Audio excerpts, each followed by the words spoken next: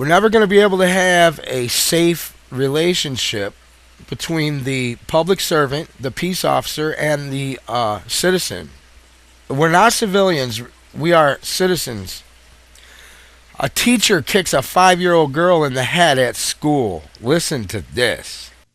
The incident happened on April 16th. According to police, the child came home with a cut on her mouth and told her mother that the teacher, 56-year-old Jean Dorville, kicked her in the face during nap time because she went to the bathroom without permission. Dottie Ferguson is the little girl's great-grandmother. I think it's awful to be happening at a school. You know, other places, you can kind of see it, you know, because you don't know who's coming out from where.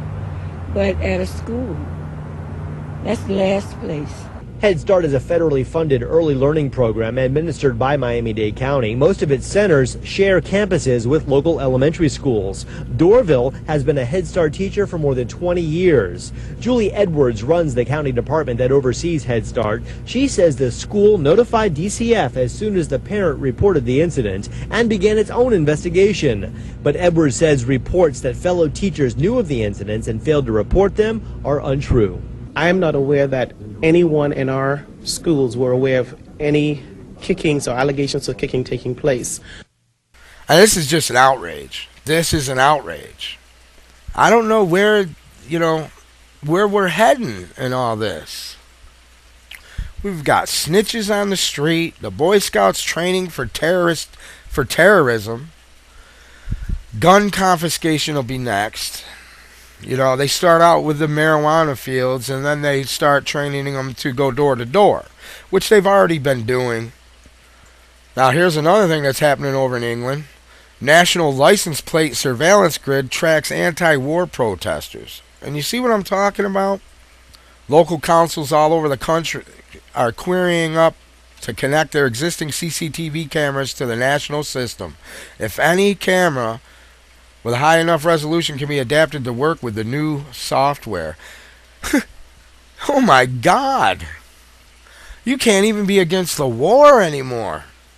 Manhunt Medicine forced cancer treatment. LouRockwell.com wrote Tuesday, May 26, 2009. 13-year-old Daniel Hauser at their farm in Sleepy Eye, Minnesota. He was stricken with Hodgkin's lymphoma, a form of cancer. The mother and the son have fled from treatment. They don't want him to have chemo and radiation therapy. Now, they did this to a 16-year-old Massachusetts boy who ran away from home at age 16. And the image of an American child being strapped down and forced to take harsh cancer therapy against his will and the will of his parents is not a welcome thought. All agencies of the U.S. law enforcement are on manhunt, not only for suspected terrorists or even convicts escaped from prison, but rather a mother and her 13-year-old cancer-stricken son. Isn't that a sad account of America and what America has become? Ironically, the Hauser case comes just when radiation oncologists are questioning reports of the effectiveness of radiation treatment for Hodgkin's lymphoma. A review of 61 trial reports were published between 1998 and 2007 in the Journal of Radiation Oncology, Biology, Physics, the official journal of the American Society for Radiology Oncology, and it shows major deficiencies in reports which substantiate this type of treatment. The question is, can cancer doctors assure with certainty that the treatment is science-based, something the new administration in Washington, D.C. is pushing? I mean, they want total control. This is big government out of control. It's not good for America. Oh, and it looks like the war is escalating over in the Middle East and Asian region. This has all the makings of the next Third World War. Press TV wrote May 25, 2009, Israel to ignite an all-out regional war. The Israeli military holds a most extensive nationwide drill, signaling its intentions for a possible attack on Iran, which they admit can ignite an all-out war in the region. Now, the ruling party official in Japan says they should attack North Korea. A ruling party lawmaker urged Japan to break the terms of its pacifist constitution and preemptively attack North Korea. following the Stalinist state's nuclear bomb test. North Korea poses a serious and realistic threat to Japan. Now, this is interesting. North Korea's nukes were paid for by the U.S. government. Paul Joseph Watson wrote at prisonplanet.com Monday, May 25, 2009.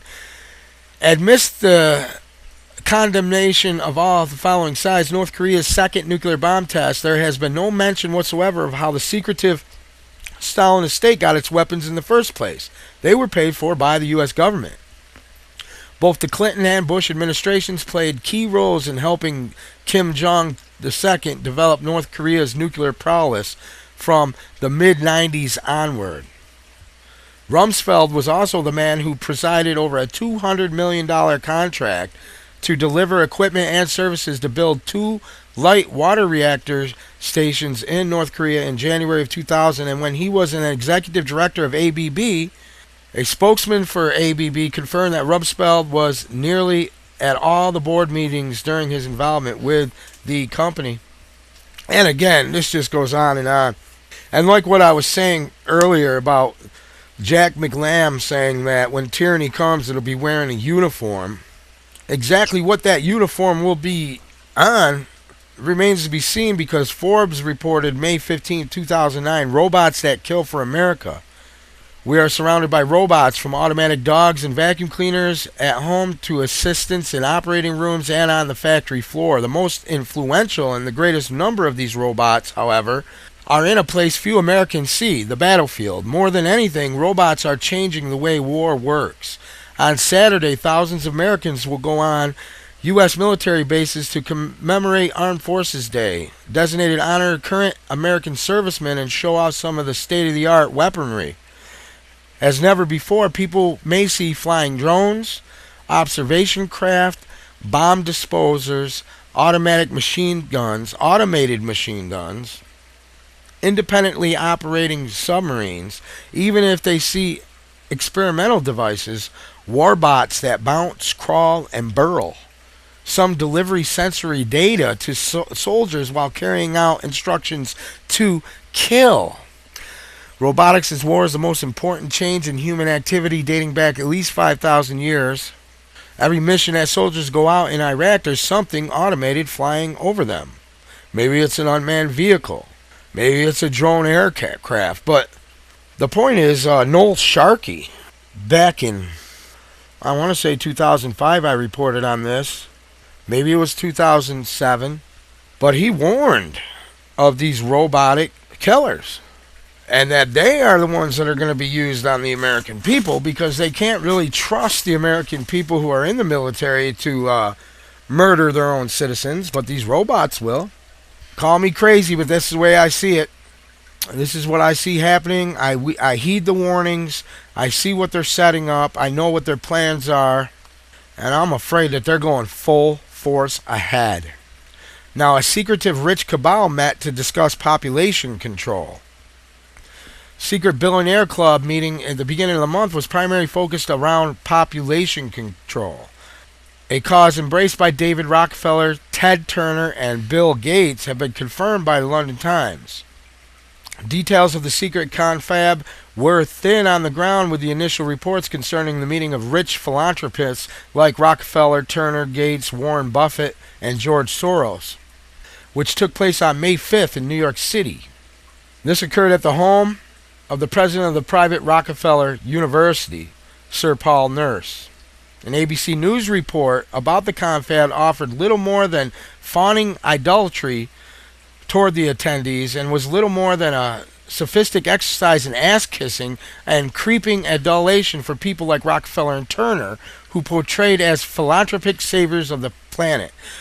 And this is what I'm talking about. These people here are total evil. They want a ruling class and a slave race to serve them, and that's it. They don't want a middle class. They're destroying it right now. And I mean, there's tons of people that have reported this.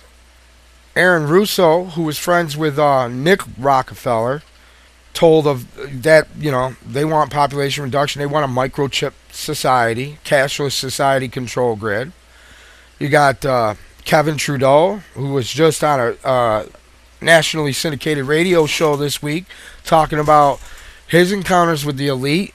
They all talk about population control, eugenics, which I have videos up right now at Harry Thomas Info on YouTube that totally explains the eugenics program. I implore you to get educated about that and spread the word. Let your friends, family, co-workers know and see these videos. There was a movie that premiered last night on the Independent Film Channel called The New World Order. And I see it more as conditioning the public about the New World Order so that they can later be told that it's all for their own good and safety. But it actually was one of the more accurate accounts of what was going on, and they did not attack the movement in such subtle ways as we've seen